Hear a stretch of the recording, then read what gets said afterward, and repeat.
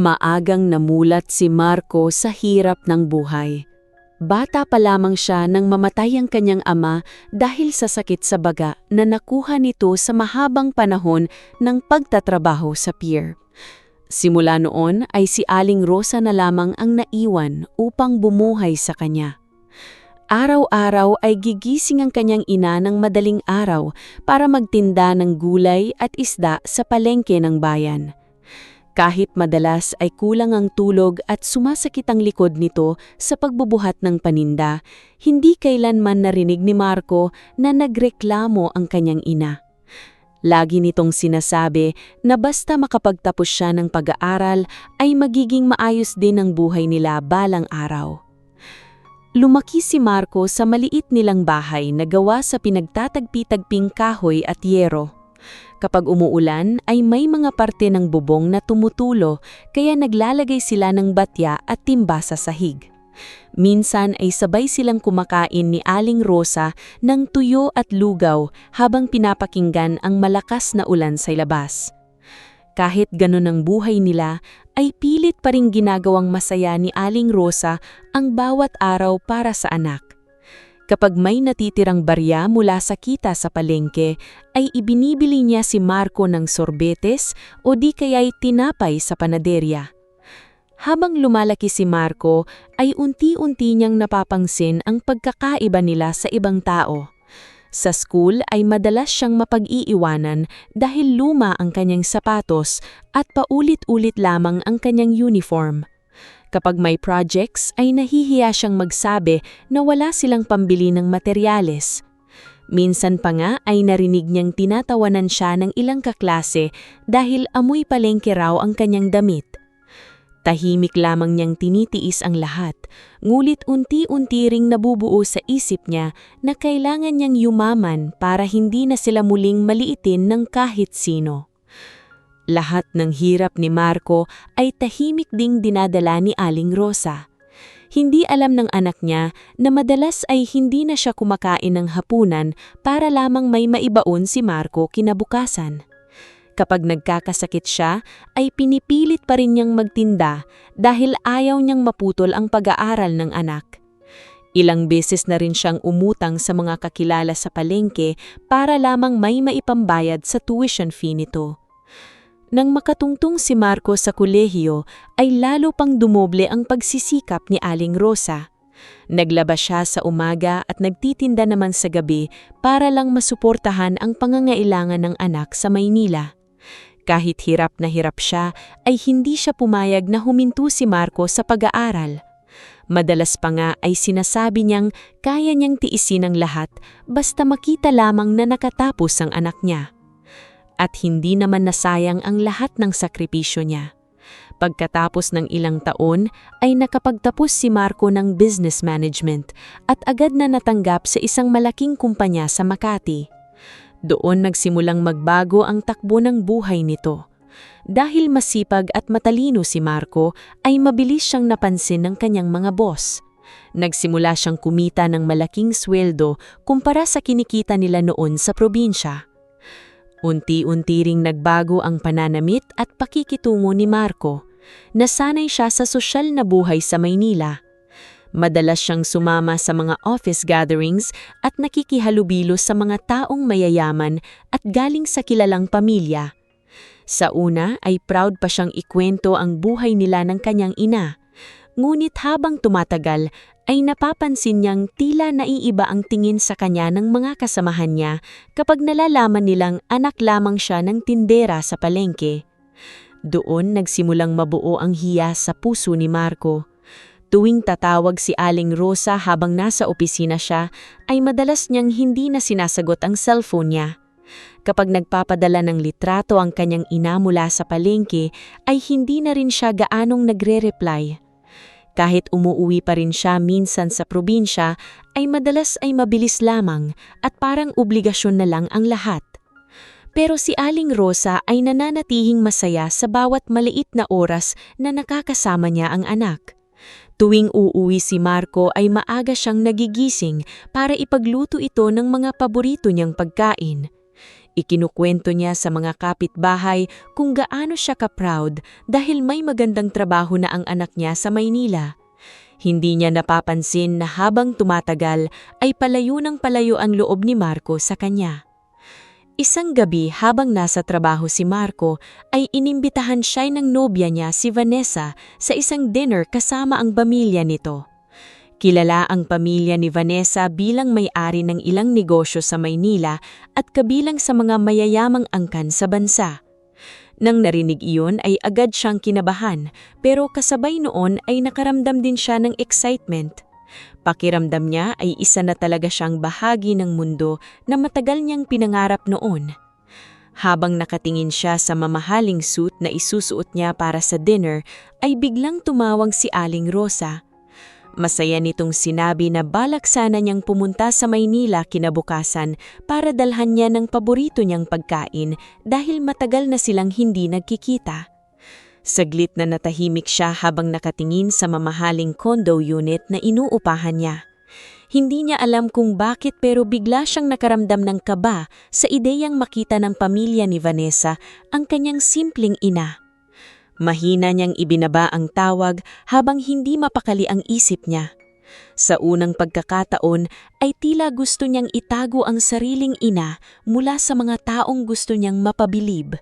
Kinabukasan ay halos maghapon na balisa si Marco sa opisina, habang abala ang ibang empleyado sa paghahanda para sa presentation ay paulit-ulit niyang chinecheck ang cellphone niya.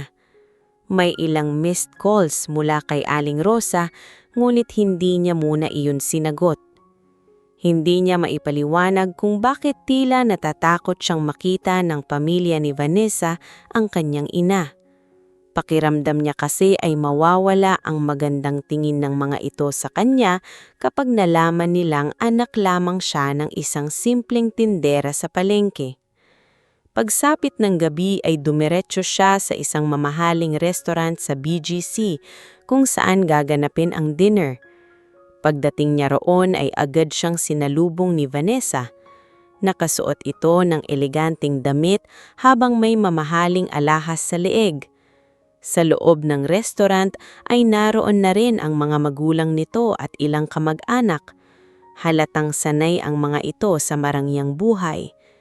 Tahimik namang umupo si Marco habang pilit na pinapakalma ang sarili. Naging maayos naman sa simula ang usapan. Tinanong siya ng ama ni Vanessa tungkol sa trabaho niya sa kumpanya at sa mga plano niya sa buhay. Maingat sumagot si Marco at pilit na ipinapakita na kaya niyang makisabay sa mga ito. Sa bawat papuri ng pamilya ni Vanessa ay lalo siyang ginaganahan. Pakiramdam niya ay unti-unti na siyang tinatanggap ng mga ito bilang bahagi ng kanilang mundo. Ngulit maya-maya lamang ay biglang may lumapit na waitress kay Marco at sinabing may naghahanap daw sa kanya sa lobby ng restaurant. Nagtaka siya dahil wala namang siyang inaasahang ibang tao. Nang tumayo siya at lumabas, ay agad niyang nakita si Aling Rosa na nakatayo malapit sa entrance habang may hawak na malaking lalagyan ng pagkain. Nakasuot lamang ito ng simpleng damit at tsinelas habang pawisang-pawis dahil sa mahabang biyahe mula probinsya. Agad nang ngumiti si Aling Rosa nang makita ang anak. Masaya nitong iniabot ang dala niyang pagkain. Sinabi nitong naaalala raw niya na paborito ni Marco ang adobong manok kaya maaga siyang nagluto at bumiyahe pa Maynila para lang maihatid iyon. Habang nagsasalita ang kanyang ina ay unti-unti pinapawisan si Marco sa kaba. Napansin niyang may ilang taong napapatingin sa kanila. Bago pa siya makapagsalita ay biglang lumapit si Vanessa kasama ang mga magulang nito.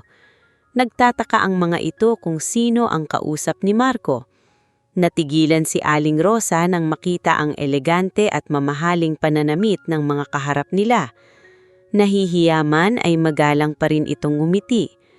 Tinanong ng ina ni Vanessa kung sino ang matanda. Saglit na natamime si Marco habang nakatingin kay Aling Rosa. Ramdam niyang hinihintay ng lahat ang sagot niya. Sa loob-loob niya ay natatakot siyang husgahan ng pamilya ni Vanessa kapag nalaman ang totoo. Mahinang natawang si Marco bago nagsalita. Ay, kilala ko lang po siya sa probinsya. Tumulong po kasi ito noon sa bahay namin. Parang katulong po namin dati.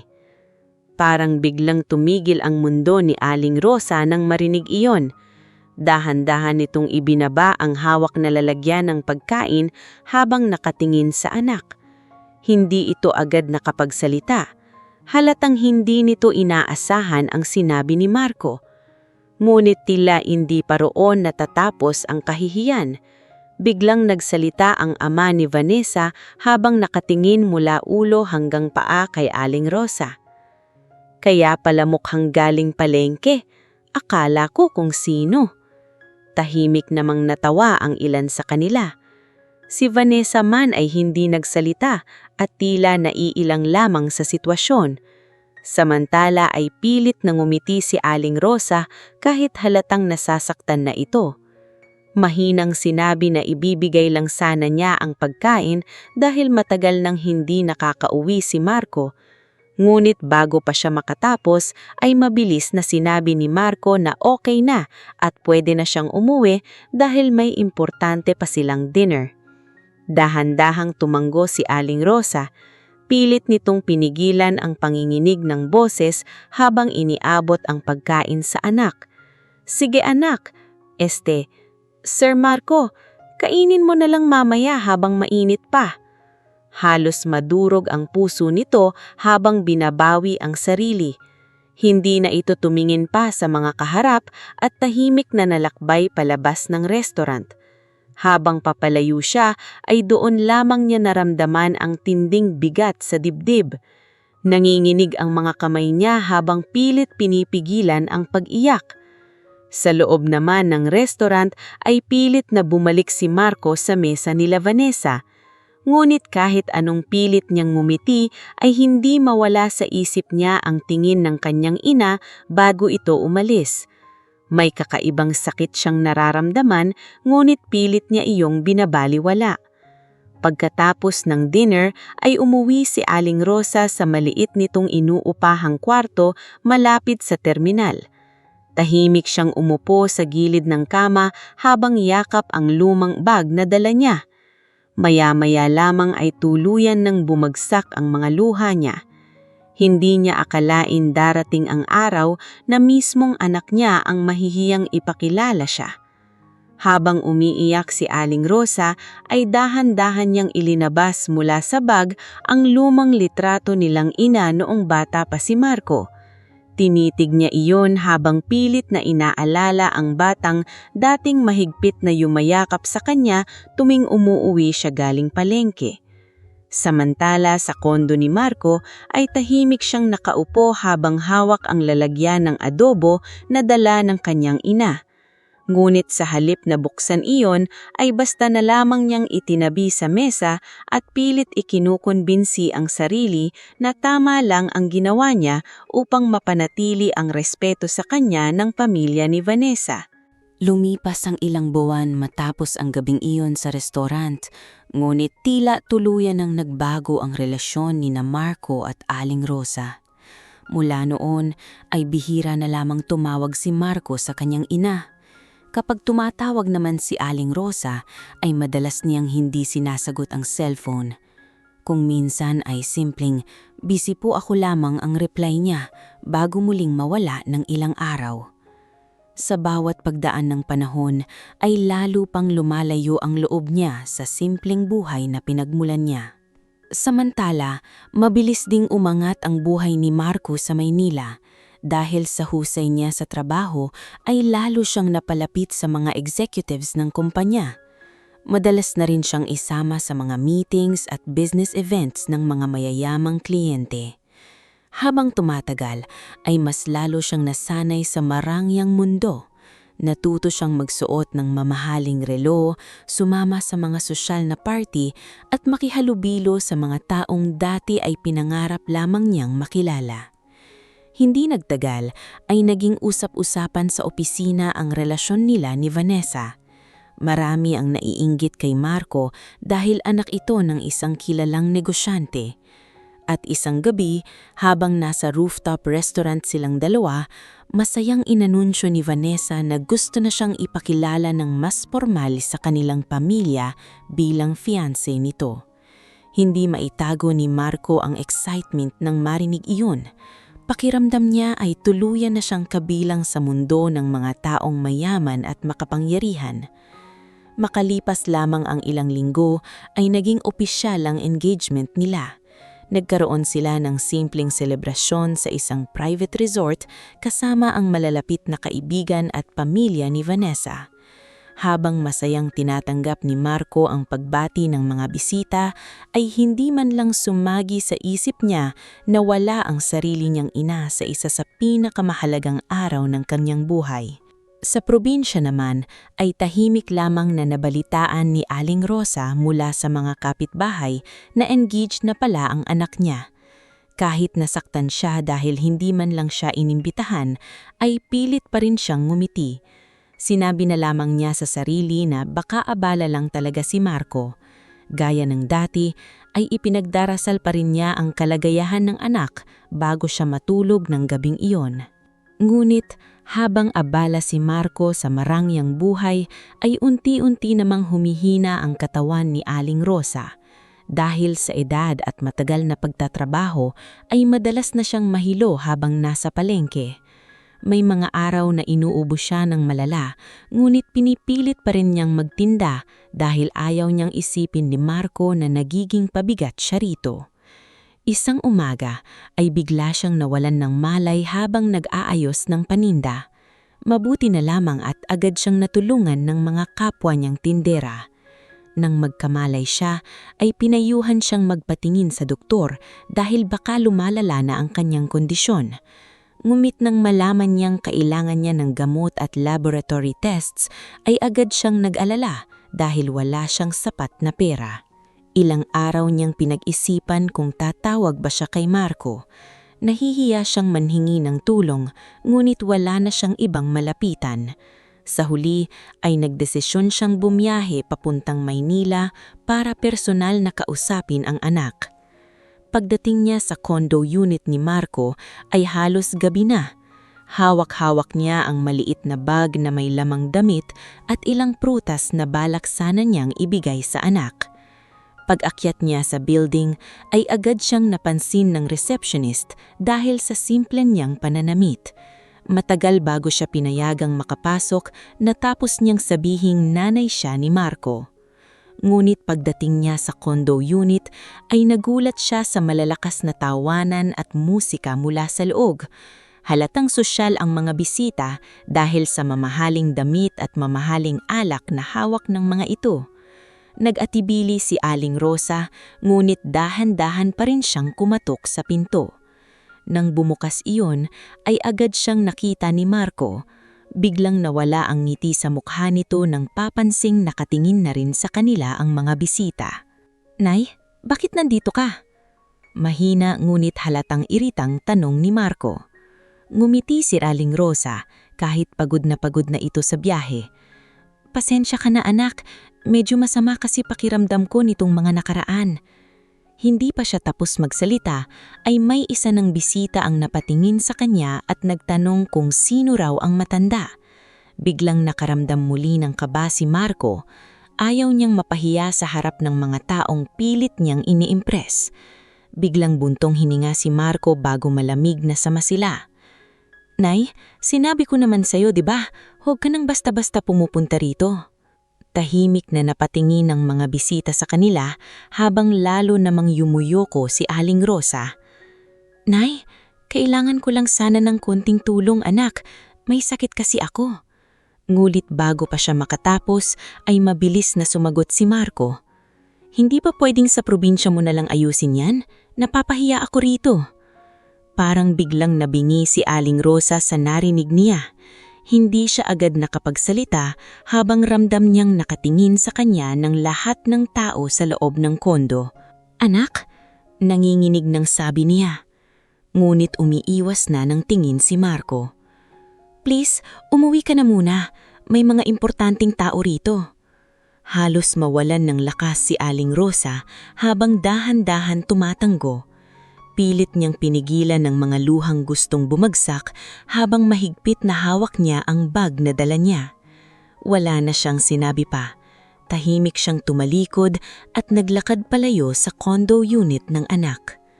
Habang pababa siya ng elevator ay doon nang simulang tumulo ang kanyang mga luha. Hindi niya maintindihan kung paanong nagawang itaboy siya ng mismong batang minsan niyang ipinaglaban sa lahat ng hirap at gutom. Sa loob naman ng kondo ay pilit na ngumiti si Marco sa mga bisita, parang walang nangyari. Ngunit kahit gaano niya pilit na mag-enjoy, ay hindi mawala sa isip niya ang nanginginig na boses ng kanyang ina habang humihingi ito ng tulong sa kanya. Kinabukasan matapos ang nangyari sa kondo ay maagang nagising si Marco na mabigat ang pakiramdam. Hindi mawala sa isip niya ang itsura ng kanyang ina habang tahimik itong umaalis dala ang maliit na bag. Ngunit sa halip na konsensya ang pairalin ay pilit niyang kinumbinsi ang sariling tama lamang ang ginawa niya. Para sa kanya, kailangan niyang protektahan ang imahe at reputasyong matagal niyang binuo sa Maynila. Pagpasok niya sa opisina ay agad siyang nilapitan ng ama ni Vanessa. Inimbitahan siya nitong sumama sa isang meeting tungkol sa isang bagong property investment sa probinsya. Habang nag-uusap sila ay biglang sumagi sa isip ni Marco ang lumang bahay nila ng kanyang ina. Naalala niyang malaki rin ang lupang kinatatayuan noon at nasa magandang lokasyon na ngayon dahil may balak magpatayo ng commercial area malapit doon. Doon nagsimulang mabuo sa isip niya ang plano. Pakiramdam niya ay wala ng silbi kay Aling Rosa ang lumang bahay. Tutal ay mag-isa na lamang ito roon at madalas pang nasa palengke. Naisip niyang mas mabuti sigurong ibenta na lang ang lupa para magkaroon sila ng dagdag puhunan ni Vanessa sa mga negosyo nila sa hinaharap. Kinagabihan ay tinawagan niya ang isang kakilala niyang ahente sa probinsya at ipinatanong ang halaga ng lupa. Hindi nagtagal ay mabilis na nag-reply ang ahente at sinabing mukhang napakalaki ng halaga ng property dahil nasa developing area na ito. Lalong natuwa si Marco. Pakiramdam niya ay isa iyong magandang oportunidad para tuluyan na silang yumaman ni Vanessa. Makalipas ang 2 araw ay bumiyahe siya pauwi sa probinsya. Matagal na rin mula nang huli siyang umuwi kaya maraming kapitbahay ang nagulat makita siyang bumaba mula sa mamahaling sasakyan. Ngunit hindi niya gaanang pinansin ang mga ito. Diretso siyang nagtungo sa lumang bahay nila Aling Rosa. Pagdating niya roon ay nadatnan niyang tahimik ang paligid. Nakasara ang maliit na bahay at tila walang tao sa loob. Nagtaka siya dahil kadalasan ay nasa bahay lamang ang kanyang ina kapag hapon. Maya-maya ay may lumapit na matandang kapitbahay at nagsabing ilang araw nang hindi halos lumalabas si Aling Rosa dahil masama raw ang pakiramdam nito. Bahagyang nakaramdam ng kaba si Marco, ngunit mabilis din niya iyong isinantabi. Pumasok siya sa bahay at agad niyang napansin kung gaano kasimple at kaluma ang lahat. Naandoon pa rin ang lumang mesa, ang tumutulong bubong at ang maliit nilang electric fan na maingay kapag umiikot. Habang nakatingin siya sa paligid ay hindi niya maiwasang maalala ang kabataan niya, ngunit mabilis niyang itinulak palayo ang mga alaalang iyon. Pagdating ni Aling Rosa mula sa palengke ay nagulat ito nang makitang nasa loob ng bahay ang anak. Kahit halatang nanghihina ay pilit pa rin itong ngumiti. "Anak, umuwi ka pala." Ngunit hindi iyon pinansin ni Marco. Diretso siyang nagsalita tungkol sa lupa at sa plano niyang ibenta iyon. Habang nagsasalita siya ay tahimik lamang na nakikinig si Aling Rosa. "Nay, sayang kasi ang property. Malaki ang offer ng mga gustong bumili rito. Tutal, hindi mo rin naman kailangan ng malaking bahay." Napayuko si Aling Rosa habang higpit na hawak ang supot ng gulay na dala niya. "Anak, bahay ito ng papa mo. Dito tayo nagsimula." Bahagyang nainis si Marco. "Nay, practical lang tayo. Luma na itong bahay. Mas okay kung ibenta na lang para may pakinabang." Tahimik na napabuntong hinga si Aling Rosa, ngunit wala na itong sinabi pa. Hindi niya alam kung paana ipapaintindi sa anak na higit pa sa lupa ang halaga ng bahay na iyon para sa kanya. Kinabukasan ay agad na nakipagkita si Marco sa barangay at sa isang ahente para simulan ng proseso ng pagbebenta. Ngunit habang inaasikaso nila ang mga papeles, ay biglang nagtaka ang ahente. "Sir Marco, mukhang may problema po." Nakunot ang noo ni Marco. "Anong problema?" Ilang beses tinigman ng ahente ang dokumento bago sinabing, "Hindi po nakapangalan kay Aling Rosa ang lupa." Biglang natigilan si Marco. "Ano? Imposible." Ngunit ipinakita ng ahente ang records. Nakapangalan pala ang lupa sa isang malaking corporation na hindi niya kilala. Mas lalong nagtaka siya nang malaman na matagal nang updated ang buwis at maintenance ng property na iyon. "Baka may mali lang," agad niyang sinabi. Ngunit umiling ang ahente. "Wala pong mali, sir. May representative pa nga raw na regular na nag-aasikaso nito noon." Hindi makapaniwala si Marco habang ulit-ulit na tinitignan ang pangalan ng corporation.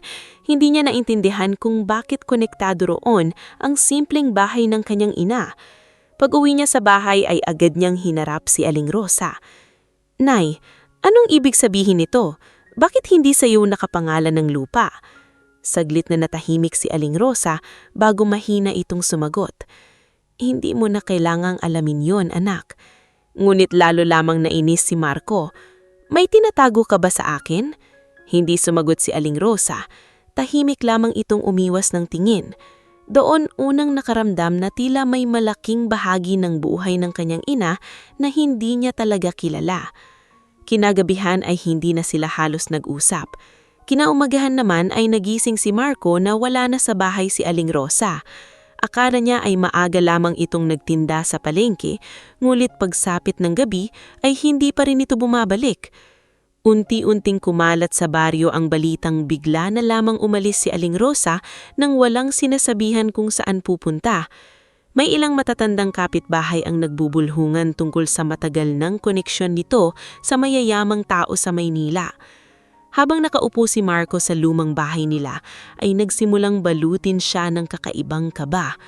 Sa unang pagkakataon ay pakiramdam niya hindi talaga niya lubos na kilala ang sariling ina.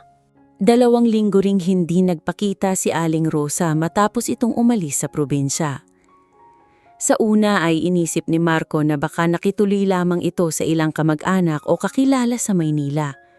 Ngulit habang tumatagal ay lalo siyang nababagbag.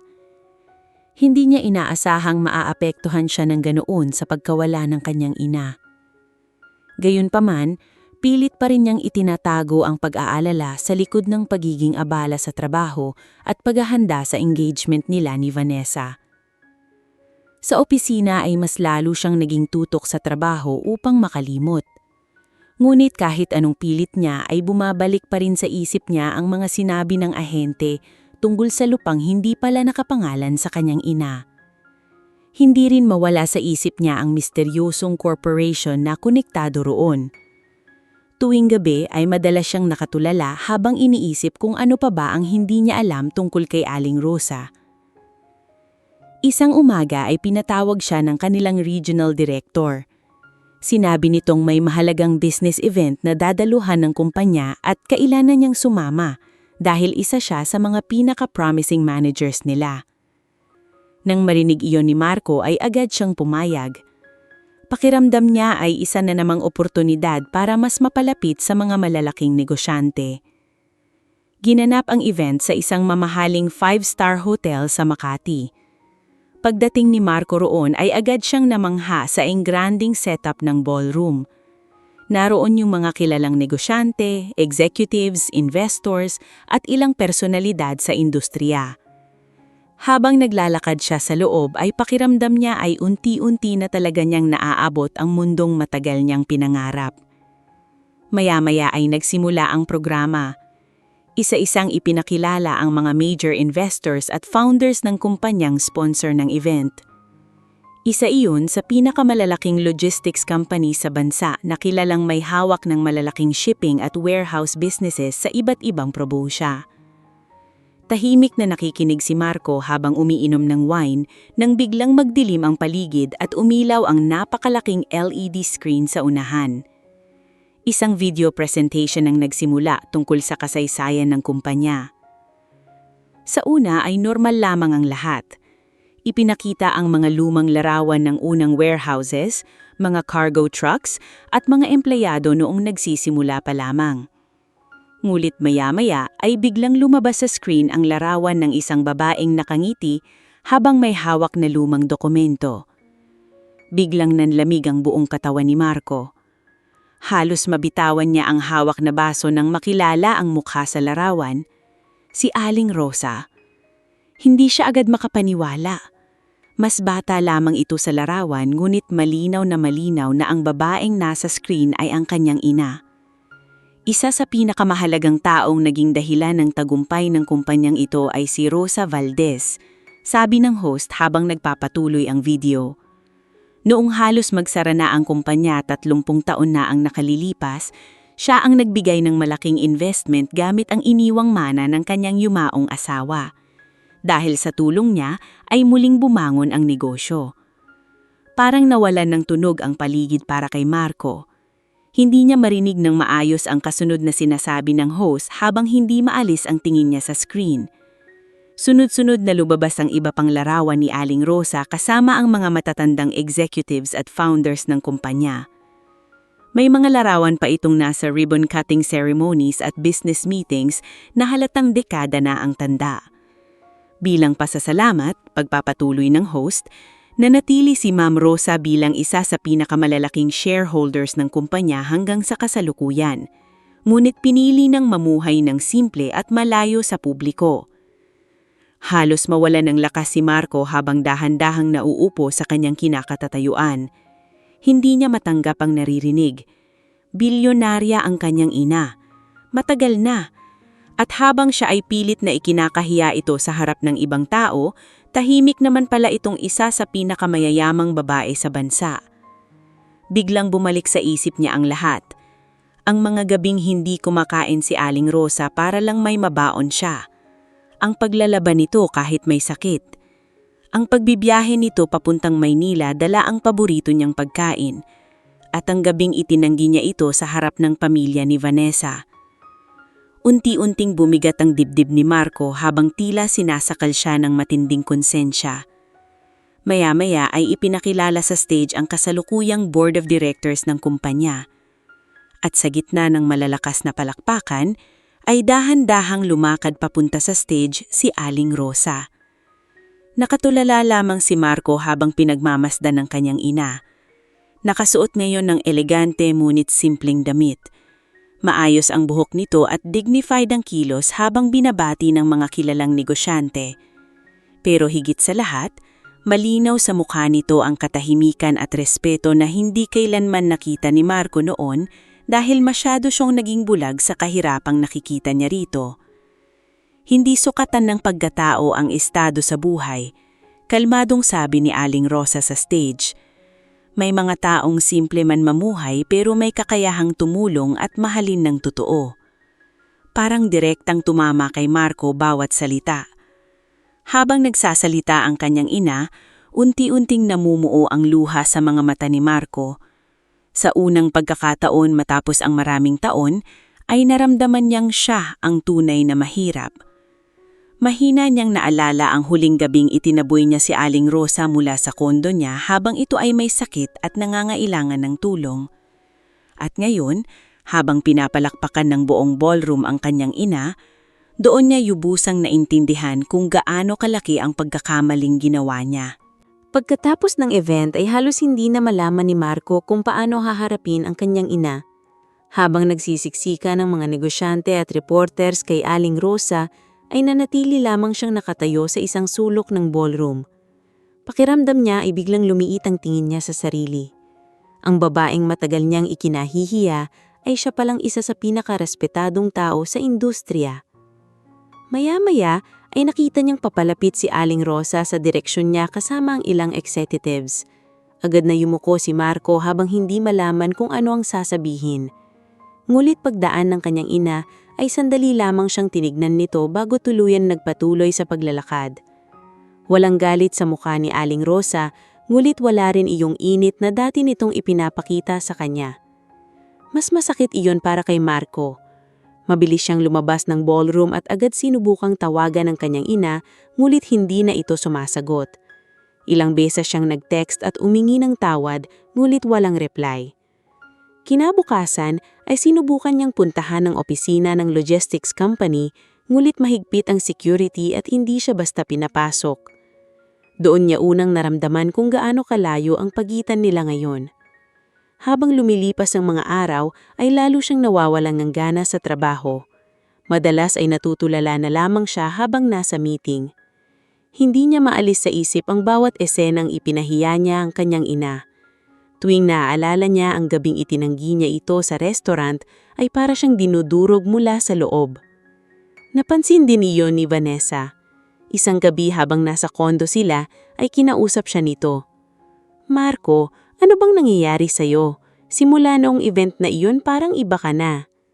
Tahimik lamang si Marco habang nakatingin sa malayo. "Si Mama," mahinang sabi. "Hindi ko alam na ganun pala siya." Sandaling natahimik si Vanessa bago ito ngumiti ng bahagya. "Well, at least mas okay, di ba? Mas maganda nga iyon para sa future natin." Napatingin si Marco sa kanya. Doon niya unang napansin na tila pera at koneksyon lamang ang nakikita ni Vanessa sa lahat ng nangyayari. Makalipas ang ilang araw, ay lalong naging usap-usapan sa social circle nila Vanessa ang totoong pagkatao ni Aling Rosa. Maraming negosyante ang gustong mapalapit kay Marco dahil anak pala siya ng isa sa pinakamalalaking shareholders ng logistics company. Biglang naging mas mabait sa kanya ang pamilya ni Vanessa. Ang ama nito ay madalas na siyang yayahiin sa mga private meetings at business gatherings. Sa una ay tahimik lamang si Marco, ngunit unti-unti niyang napapansin ang pagbabago ng pakikitungo ng mga ito. Pakiramdam niya ay hindi siya tunay na mahalaga sa kanila bilang tao, kundi dahil lamang sa koneksyon niya sa kanyang ina. Isang gabi, habang nagde-dinner sila sa mansyon ng pamilya ni Vanessa, ay diretsahang nagsalita ang ama nito. "Marco, kailan mo kami ipakikilala ng maayos sa mama mo? Mas maganda sigurong magpag-usapan na rin ang possible partnership." Biglang natahimik si Marco habang dahan-dahang ibinababa ang kubyertos. "Hindi ko pa po siya nakakausap ulit," mahinang sagot. Nagtaka si Vanessa. "Bakit? Hindi ba okay na kayo?" Napayuko si Marco bago tuluyang nagsalita. "Galit siya sa akin." Bahagyang nag-iba ang ekspresyon ng pamilya ni Vanessa. Nagkakatinginan ng mga ito na tila may hindi magandang iniisip. "Ano ibig mong sabihin?" tanong ng ama ni Vanessa. Doon unang inamin ni Marco ang lahat, kung paano niya itinanggi si Aling Rosa sa restaurant, kung paano niya ito pinalayas sa kondo, at kung paano niya ito paulit-ulit na ikinahihiya dahil sa simpleng pamumuhay nito. Tahimik na nakinig ang lahat, ngulit kapansin-pansin ang unti-unting pagbabago ng tingin nila sa kanya. "Sandali," malamig na sabi ng ina ni Vanessa. "Ibig sabihin, hindi pala kayo okay ng mama mo?" Mahinang tumanggo si Marco. Tahimik na napabuntong hinga ang ama ni Vanessa bago uminom ng wine. "Mahirap pala yan." Napakunot ang noo ni Marco. "Ano pong ibig niyong sabihin?" Diretsahang siyang tinignan ng matanda. "Marco, alam mo namang malaking magay ang relasyon sa pamilya lalo na sa business world. Kung wala kang magandang koneksyon sa mama mo, baka maging komplikado ang future plans." Parang biglang bumigat ang hangin sa paligid. Doon simulang maunawaan ni Marco na iba na ang tingin nila sa kanya. Makalipas lamang ang ilang linggo ay naging malamig na si Vanessa. Madalas itong iwasan si Marco at bihira na silang mag-usap ng maayos. Hanggang sa isang gabi ay diretsahang nagsalita na ito. "Marco, siguro kailangan muna nating mag-space." Natigilan siya. "Anong ibig mong sabihin?" Napabuntong hinga si Vanessa habang iniiwas ang tingin. Hindi kasi naaalam kung saan papunta lahat ng ito. Ang dami ring expectations ng family ko. Doon tuluyang nag-sink in kay Marco ang lahat. Ang relasyong akala niyang totoo ay tila nakadepende lamang sa estado at koneksyon. "Iniwan mo ako dahil hindi ako okay sa mama ko?" Mahinang tanong. Hindi agad sumagot si Vanessa, ngulit sapat na ang katahimikan nito para maintindihan ni Marco ang totoo. Makalipas ang ilang araw ay tuluyang nakipaghiwalay sa kanya si Vanessa. Kasabay noon ay unti-unti ring lumayo ang mga taong dating nakapaligid sa kanya. Ang mga taong dating tumatawag at nagyayaya sa kanya sa social gatherings ay tila biglang nawala. Sa unang pagkakataon matapos ang maraming taon, ay naranasan ni Marco ang pagkaramdam ng maliitin at iwanan. At habang mag-isa siyang nakaupo sa kondo isang gabi, doon niya tuluyang naalala ang sakit na ilang beses niyang ipinadama sa sariling ina. Halos ilang linggong hindi naging maayos ang buhay ni Marco matapos siyang iwan ni Vanessa. Madalas siyang walang ganang pumasok sa trabaho at kung minsan ay maghapon lamang siyang nakatulala sa loob ng kondo. Tahimik niyang pinagmamasdan ang mamahaling paligid na noon ay ipinagmamalaki niya. Ngunit ngayon, kahit gaano pa iyon kamahal, pakiramdam niya ay wala iyong halaga. Sa unang pagkakataon matapos ang mahabang panahon ay naramdaman niyang mag-isa siya. Isang gabi habang nakaupo siya sa sala ay napatingin siya sa lumang lalagyan ng adobong dinala noon ni Aling Rosa sa restaurant.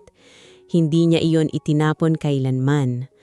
Tahimik niya iyong hinawakan habang unti-unting bumabalik sa isip niya ang lahat ng sakripisyong ginawa ng kanyang ina para sa kanya.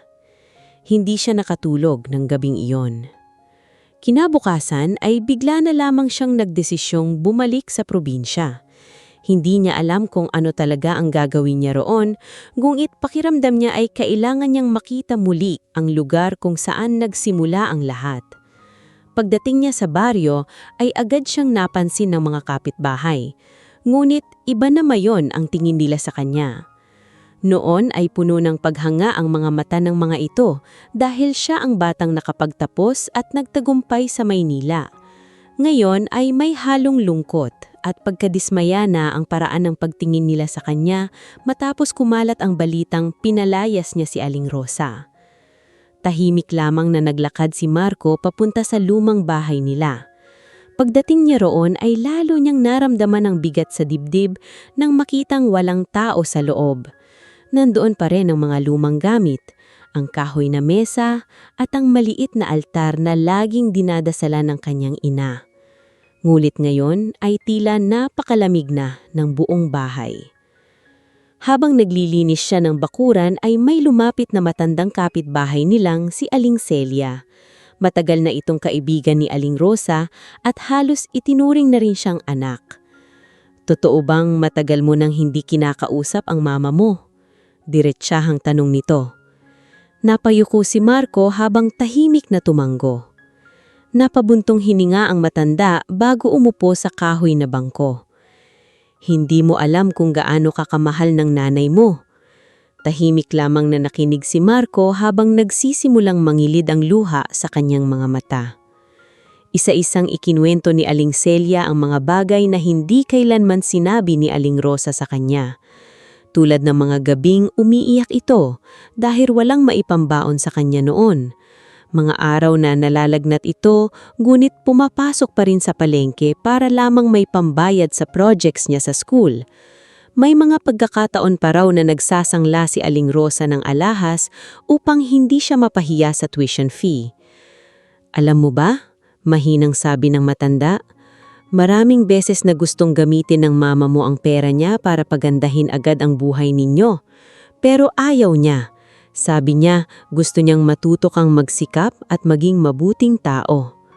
Parang sinaksak ang puso ni Marco sa narinig. Hindi niya akalaing kaya palang mamuhay ng simple ni Aling Rosa kahit yamating ito para lamang maturuan siyang maging responsable at magpakumbaba.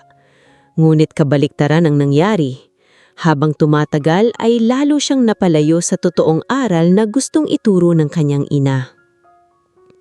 Maya-maya ay may ilan pang kapitbahay na lumapit at nagkwento tungkol kay Aling Rosa. May isang tricycle driver na nagsabing minsan ay si Aling Rosa raw ang palihim na nagbayad sa pagpapagamot ng kanyang anak. May matandang babae naman nagsabing si Aling Rosa ang bumibili ng gamot niya buwan-buwan, ngunit ayaw nitong ipaalam kung sino ang tumutulong. Maraming tinulungan ng mama mo rito, sabi ng isang tindero. Tahimik lamang na nakinig si Marco. Pakiramdam niya ay mas lalo niyang nakikilala ang kanyang ina ngayon kaysa noong magkasama pa sila sa iisang bahay. Kinahapunan ay kusa siyang tumulong sa ilang tao sa baryo. Tinulungan niyang buhatin ng mga paninda sa palengke at nakisalo sa simpleng pagkain ng mga tindera. Sa una ay tila naninibago siya, ngunit habang tumatagal ay unti-unti niyang naaalala ang dating buhay na matagal niyang ikinahihiya. Habang nakaupo siya sa gilid ng palengke isang gabi, ay may lumapit na bata at nag-abot sa kanya ng tinapay. "Bigay po ni Aling Celia," sabi ng bata. Tahimik na tinanggap iyon ni Marco habang pinagmamasdan ng masayang mga tao sa paligid. Simple lamang ang buhay ng mga ito, mulit mas ramdam niya ang tunay na pagmamahal at pagtutulungan dito kaysa sa marangyang mundong pilitin niyang pinasok noon. Doon niya unti-unting naintindihan kung bakit piniling mamuhay ng simple ni Aling Rosa kahit kaya nitong magkaroon ng marangyang buhay. Hindi dahil wala itong kakayahang yumaman, kundi dahil alam nito na hindi pera ang sukatan ng pagkatao. Habang nakatingala si Marco sa madilim na langit ng baryo, ay doon niya unang inamin sa sarili ang pinakamasakit na katotohanan. Hindi siya nabigo ng kanyang ina. Siya ang nabigo maging mabuting anak. Mula nang bumalik si Marco sa probinsya ay halos araw-araw na siyang tumutulong sa palengke at sa mga simpleng gawain sa baryo. Hindi na siya nagsusuot ng mamahaling damit at bihira na rin siyang bumalik sa kondo niya sa Maynila.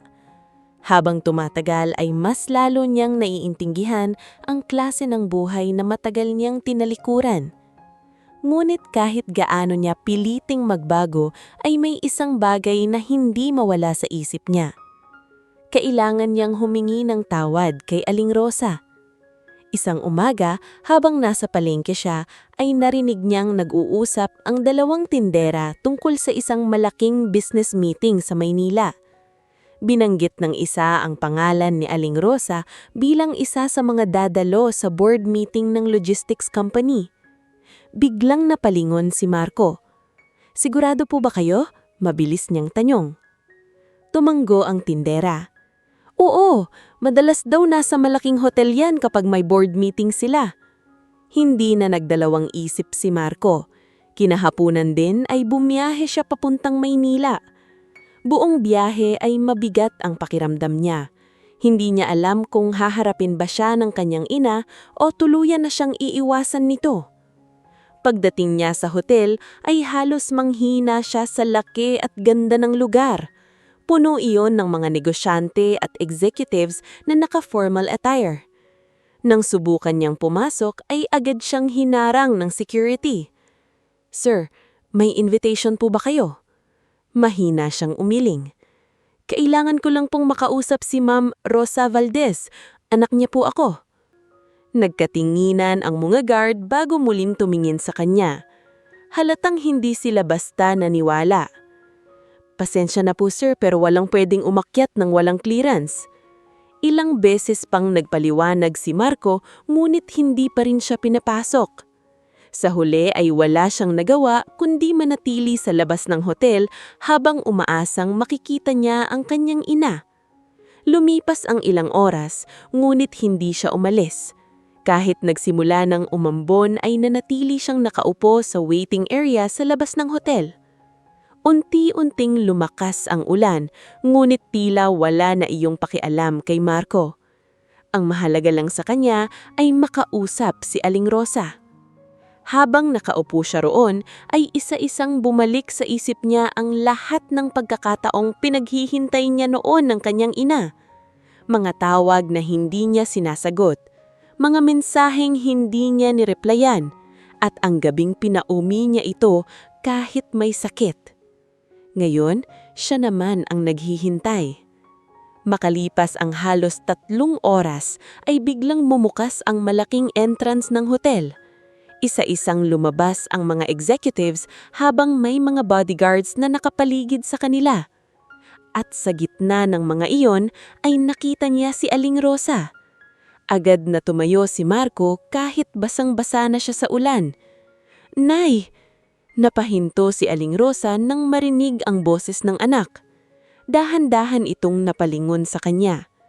Sandaling natahimik ang matanda habang pinagmamasdan ang basang-basang anyo ni Marco. Lumapit ang isang bodyguard ngunit pinigilan ito ni Aling Rosa. Tahimik lamang na nagkatinginan ang mag-ina. Walang galit sa mukha ni Aling Rosa ngunit hindi rin naroroon ang dating lambing nito. Marco, alam mo bang ano ang pinakamasakit para sa isang magulang? Napayoko si Marco habang unti-unting tumutulo ang luha niya kasabay ng ulan. Hindi ang mawalan ng pera, hindi ang mapagod sa pagtatrabaho.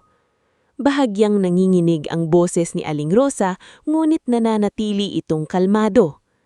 Ang pinakamasakit ay yung makita mong kinakahiya ka ng sarili mong anak. Parang unti-unting dinudurog ang puso ni Marco sa bawat salitang naririnig niya.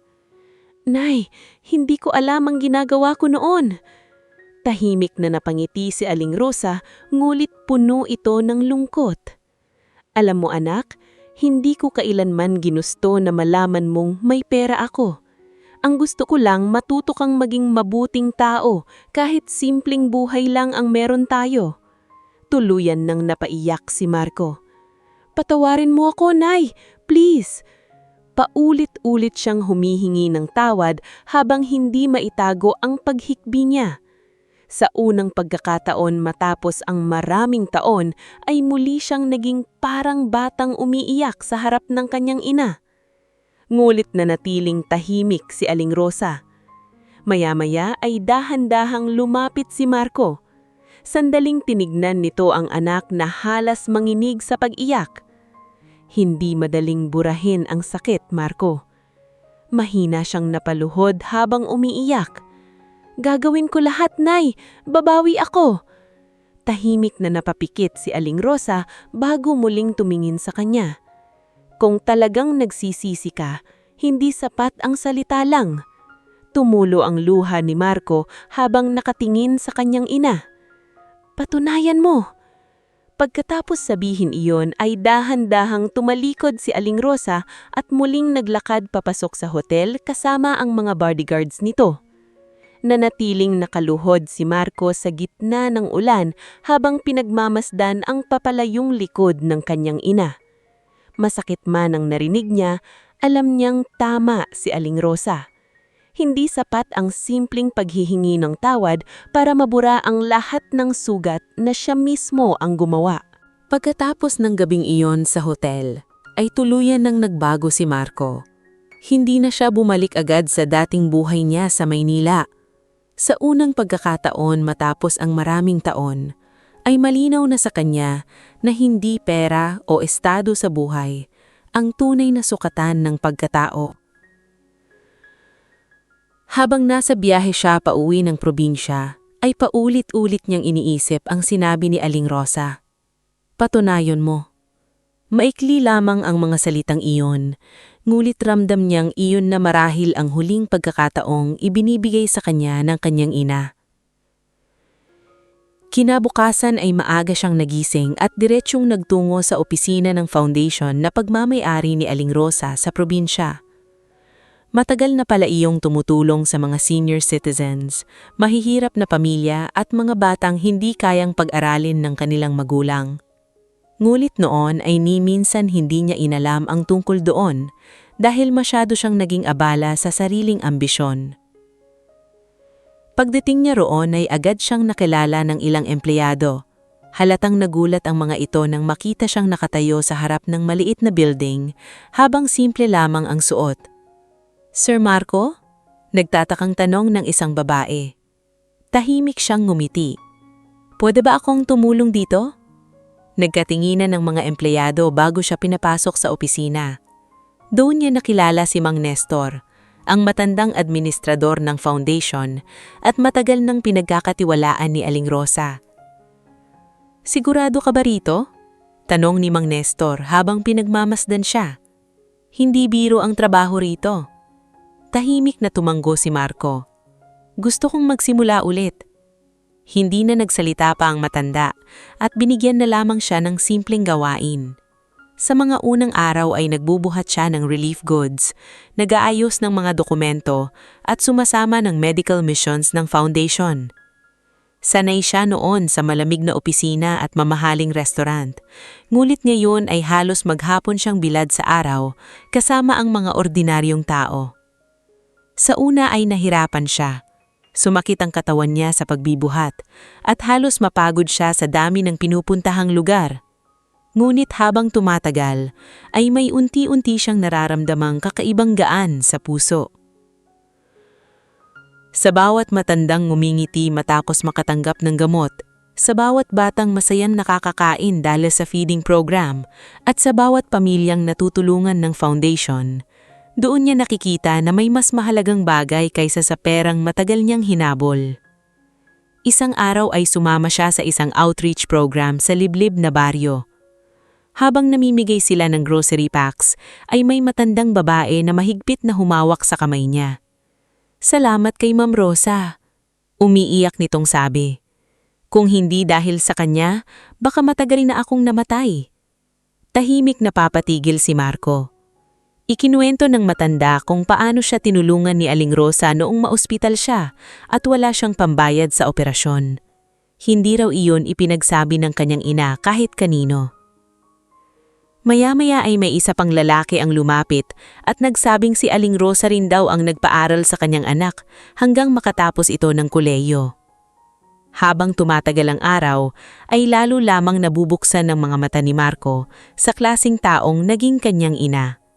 Simple itong mamuhay, ngunit napakaraming buhay pala ang tahimik nitong binabago. At siya, na sariling anak nito, ay hindi man lang nakita ang lahat ng iyon noon. Kinagabihan ay tahimik siyang nakaupo sa maliit na opisina ng foundation habang inaayos ang ilang tapeles. Lumapit si Mang Nestor at inilapag ang isang lumong folder sa harap niya. Ayaw ipakita sa iyo ni Mang Rosa ito noon, pero siguro panahon na para malaman mo. Dahan-dahang binuksan ni Marco ang folder at doon niya nakita ang lumang records ng foundation. Nandoon ang listahan ng mga tinulungan ni Aling Rosa sa loob ng maraming taon. May mga resibo ng pagpapagamot, scholarship grants at tulong pinansyal sa mga nasalanta ng bagyo. Ngunit isang papel ang nagpahinto sa kanya. Isa iyong lumang resibo ng tuition fee niya noong kolehiyo. Nanginginig ang mga kamay ni Marco habang binabasa ang detalye. Doon niya nalaman na kahit may sariling pera si Aling Rosa, pinili nitong hindi agad gamitin ang yaman para palakihin siyang spoiled. Ngunit noong muntik na siyang mapatigil sa pag-aaral dahil kulang ang pera, lihim pala nitong ginamit ang sariling savings upang mabayaran ang tuition niya. Tahimik na tumulo ang luha ni Marco. "Bakit hindi niya sinabi sa akin?" Mahinang tanong. Napabuntong hinga si Mang Nestor. "Kasi gusto niyang matuto kang magsikap. Ayaw niyang lumaki kang mayabang dahil lang may tera kayo." Napapikit si Marco habang pilit pinipigilan ng paghikbi.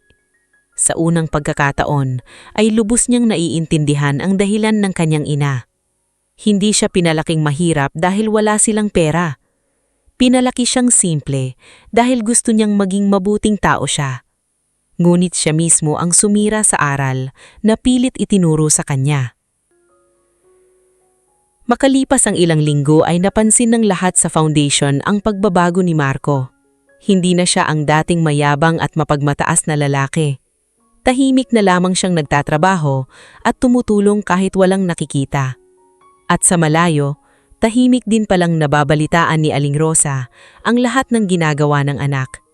Sa unang pagkakataon matapos ang matagal na panahon, ay unti-unti ring lumalambot ang puso ng matanda.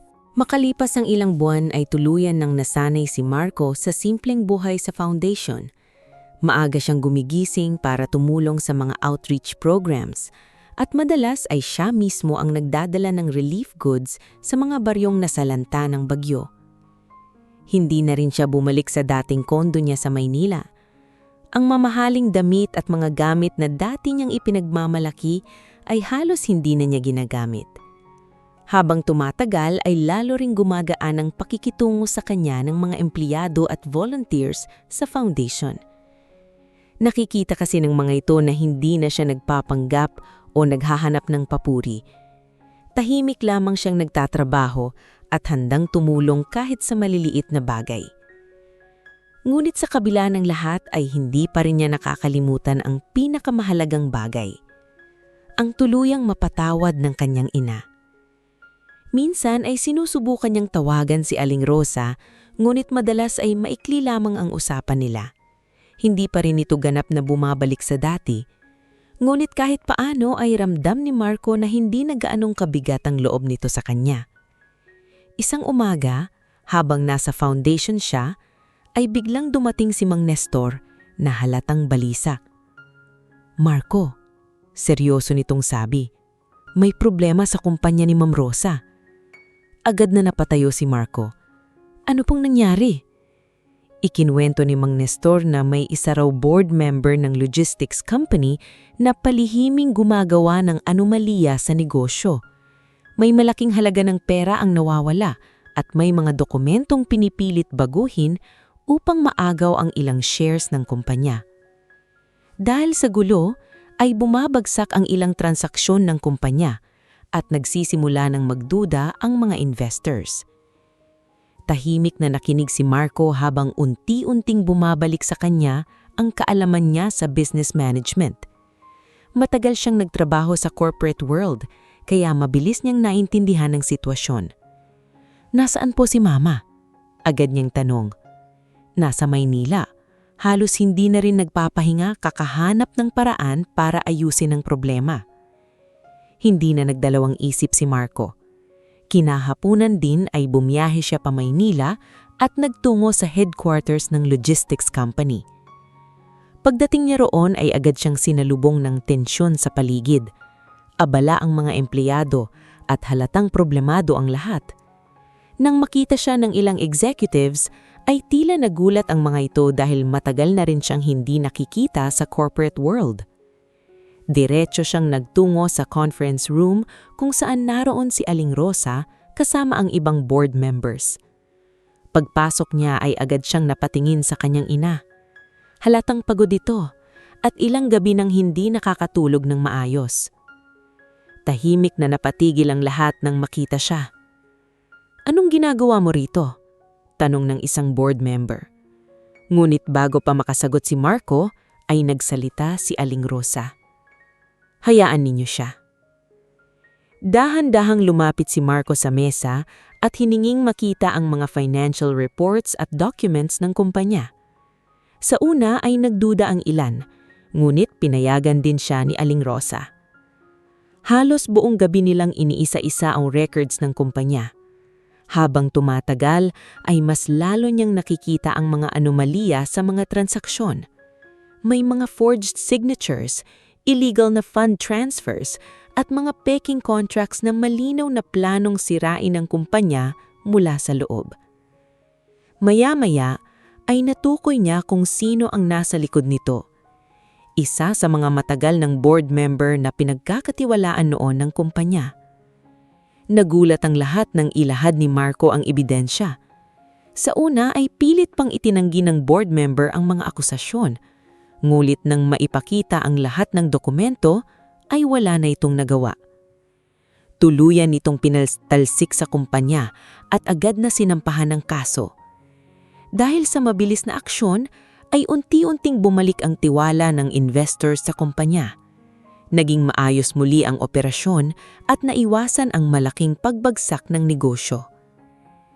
Pagkatapos ng mahabang meeting, ay isa-isang umalis ang mga board members hanggang sa silang dalawa na lamang ang naiwan sa conference room. Tahimik lamang na nakaupo si Marco habang pagod na nakayuko. "Hindi ko ginawa ito para mapatawad mo ko. Ginawa ko ito dahil ayokong masira ang pinaghirapan mo." Matagal na natahimik si Aling Rosa habang nakatingin sa kanyang ina. Ngayon niya nakikita ang lalaking matagal niyang gustong maging si Marco. Hindi mayabang, hindi matapobre, kundi isang taong marunong ng magmalasakit sa iba kaysa sa sarili. Dahan-dahang lumapit si Aling Rosa kay Marco. Nang maramdaman ni Marco ang paglapit nito, ay agad siyang tumayo ngunit hindi niya magawang tumingin direkta sa kanyang ina. Biglang niyakap si Marco ng Aling Rosa. Tuluyan na paluha si Marco nang maramdaman niya ang mahigpit na yakap ng kanyang ina matapos ang lahat. "Anak," naninginig na sabi ni Aling Rosa, "sobra mo kong nasaktan noon." "Alam ko, Nay," umiiyak niyang sagot, "at habang buhay kong pagsisisihan yun." Mahigpit siyang yumakap pabalik habang pareho silang umiiyak sa loob ng conference room. Makalipas ang ilang sandali ay bahagyang nagngiti si Aling Rosa habang pinupunasan ng luha ng kanyang anak. "Pero nakikita kong nagbago ka na." Sa unang pagkakataon matapos ang mahabang panahon ay nakaramdam muli ng gaan si Marco. Hindi pa man tuluyang nabubura ang lahat ng sugat ng nakaraan, alam niyang unti-unti nang bumabalik ang pinakamahalagang bagay na halos mawala sa kanya. Ang pagmamahal ng kanyang ina. Mula nang nangyari ang problema sa kumpanya ay tuluyan nang nagbago ang buhay ni Marco. Hindi na siya bumalik sa dating ugali niyang puno ng yabang at pagpapanggap. Kahit muli siyang inalok ng mataas na posisyon sa logistics company ni Aling Rosa, ay hindi agad niya iyon tinanggap.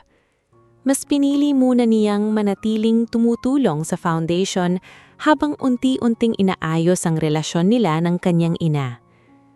Sa unang pagkakataon matapos ang napakaraming taon, ay muli silang nagsimulang magsabay kumain, magkwentuhan at bumalik sa simpleng samahan na matagal na wala sa kanila. Ngunit ngayon ay ibang Marco na ang kaharap ni Aling Rosa. Hindi na ang lalaking nahihiyang ipakilalo siya, kundi isang anak na marunong nang yumuko at magpasalamat. Isang umaga ay sabay silang nagkakape sa lumang bahay sa probinsya. Tahimik na pinagmamasdan ni Marco ang kanyang ina habang nagdidilig ito ng mga halaman sa bakuran. Bigla niyang naalala kung paano noon ay ikinahisiya niyang bahay na iyon dahil sa luma nitong itsura. Ngayon, iyon na ang lugar na nagbibigay sa kanya ng pinakamatinding kapayapaan. "Nay!" mahina niyang tawag. Napalingon si Aling Rosa habang nakangiti. "Bakit, anak?" Bahagyang napangiti si Marco bago tumingin sa paligid. "Pwede bang huwag na nating ibenta itong bahay?" Tahimik na natawa si Aling Rosa. "Akala ko ba noon gusto mo na itong gibain?" Napayuko si Marco habang nahihiyang ngumiti. "Noon po iyon. Ngayon ko lang na-realize na dito pala nagsimula lahat ng mabuti sa buhay ko." Hindi agad nagsalita si Aling Rosa. Tahimik lamang nitong tiningnan ng anak habang halatang masaya ang puso nito. Makalipas ang ilang buwan ay tuluyan ng inayos ni Marco ang kanyang buhay. Tinanggap niya ang posisyon sa kumpanya ng kanyang ina, ngunit nanatili siyang simple at tahimik. Hindi na siya sumasama sa mga sosyal na party o naghahabol ng atensyon ng mga mayayamang tao. Sa halip, ay mas naging tutok siya sa pagpapalawak ng foundation ni Aling Rosa. Magkasama nilang binuksan ng mga livelihood programs para sa mga mahihirap na magulang, senior citizens at mga nawalan ng trabaho. Nagpatayo rin sila ng mga maliliit na negosyo sa probinsya upang magkaroon ng hanap buhay ang maraming pamilya. Sa bawat baryong pinupuntahan nila ay mas lalo pang nakikilala ni Marco ang totoong kahulugan ng tagumpay. Hindi pala iyon nasusukat sa mamahaling sasakyan, kondo o koneksyon sa mga mayayamang tao. Nasa kakayahan pala iyon ng isang tao na makatulong ng hindi naghihintay ng kapalit. Minsan ay bumalik siya sa dating restaurant kung saan niya unang itinanggi si Aling Rosa. Ngunit ngayon ay magkatabi silang naglalakad papasok habang magalang silang binabati ng mga empleyado at manager. Tahimik na napangiti si Marco habang tinitingnan ng kanyang ina. "Noon po, nahihiya akong makita kayo rito," mahinang sabi niya. Napatingin sa kanya si Aling Rosa. "At ngayon?" Bahagyang namula ang mata ni Marco habang ngumiti. Ngayon po, proud na proud ako, kayo ang nanay ko. Mahigpit na hinawakan ni Aling Rosa ang kamay ng anak habang pareho silang tahimik na naglalakad sa loob ng restaurant. Makalipas pa ang ilang taon ay lalo pang lumaki ang foundation nila. Marami nang natulungan ng kanilang livelihood centers at scholarship programs. Madalas ay personal pang bumibisita si Marco sa mga probinsya upang siguraduhing maayos ang kalagayan ng mga tinutulungan nila. Ngulit sa kabila ng lahat ng tagumpay ay hindi kailanman nakalimot si Marco sa nakaraan. Isang hapon ay mag-isa siyang bumalik sa lumang bahay nila habang tahimik na pinagmamasdan ng lumang bakuran. Nandoon pa rin ang kahoy na bangko kung saan minsan siyang hinihintay ng kanyang ina tuwing umuuwi siya galing school. Dahan-dahan siyang naupo roon habang pinagmamasdan ng papalubog na araw. Unti-unting bumalik sa isip niya ang lahat ng sakripisyong ginawa ni Aling Rosa. Ang mga gabing hindi ito kumakain para may maibahon siya. Ang mga araw na nagtatrabaho kahit may sakit. At ang mga panahon na kahit pa ulit-ulit niya itong sinasaktan, ay hindi pa rin ito tumigil sa pagmamahal sa kanya. Tahimik na pumikit si Marco habang tumutulo ang luha niya. Ngayon niya lubusang naiintindihan na walang kayamanang ang kayang tumbasan ang pagmamahal ng isang magulang. At habang nakaupo siya sa harap ng lumang bahay na minsan niyang ikinahihiya, doon niya napagtanto na ang pinakamahalagang yaman na meron siya ay hindi ang bilyong-bilyong ari-arian ng kanyang ina, kundi ang pagkakataong maitama ang sarili at muling matawag na anak ng babaeng hindi kailanman sumuko sa kanya.